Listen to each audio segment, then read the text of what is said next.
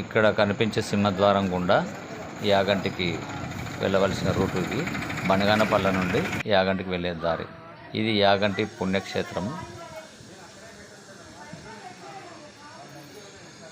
ఇక్కడ పైన కనిపిస్తున్నది కోనేరు. కోనేరు పెద్దగా ఉంది, నీట్గా వాటర్ ఉన్నాయి. ఇక్కడ స్నానం ఆచరించి స్వామివారిని దర్శించుకోవడానికి వెళ్ళవలసి ఉంటుంది. ఇది ఆలయం ముందు భాగము, కొండ ప్రాంతము, మంచి ఆహ్లాదకరమైన వాతావరణము. కొండల నడుమ ఉమామహేశ్వరుడు వెలిసినాడు. యాగంటి పుణ్యక్షేత్రం ఇది. దూరంగా కనబడుతున్నది సింహద్వారము, రాజగోపురము, గాలిగోపురం. అద్భుతంగా తీర్చిదిద్దారు. ఇది యాగంటీశ్వరుడు ఉండేది దేవాలయము. ఇక్కడ స్పెషల్ ఏంటి అంటే ఇక్కడ కనబడుతున్నది చిన్న కోనేరు. ఈ వాటర్ ఎక్కడి నుండి వస్తుందో తెలియదు. మినరల్ వాటర్ కంటే నీట్గా ఉంటాయి. అందులో వేసిన కాయిన్స్ కూడా క్లియర్గా కనిపిస్తుంది. కొండల నుండి ఎక్కడి నుండి వస్తున్నావో కూడా ఇప్పటి వరకు కూడా తెలియదు. ఇది కొండ ప్రాంతము కనిపిస్తున్నది.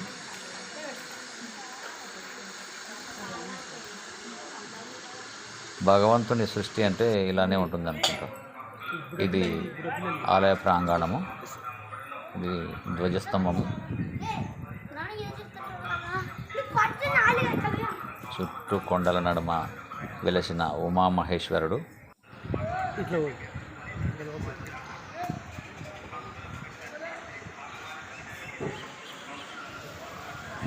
ఇక్కడ వెంకటేశ్వర స్వామికి దారి.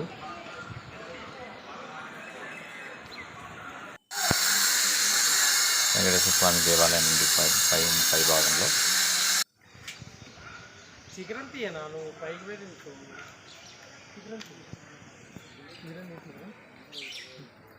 ఇక్కడ పైన వచ్చేసి పోతులూరి వీరబ్రహ్మేంద్ర స్వామి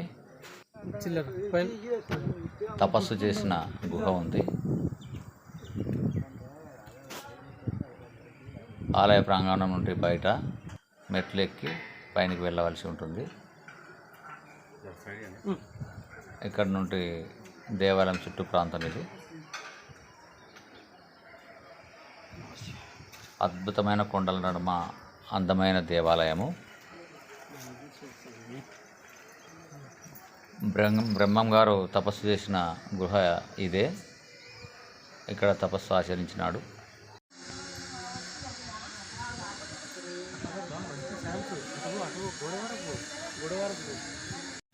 యాగంటి అనగానే గుర్తుకొచ్చేది నందీశ్వరుడు. ఇక్కడ ఉన్న నంది 4 స్తంభాల మధ్యన ప్రదక్షిణలు చేసే విధంగా వీలుగా ఉండేది. ఇప్పుడు నంది పెరగబట్టి ఇదే స్తంభాల నడుమ వెడల్పుగా తయారైంది. ప్రదక్షిణలకు వీలు కాకుండా ఉంది. ఇక్కడ కనపడిస్తున్నదే పెద్ద నందీశ్వరుడు.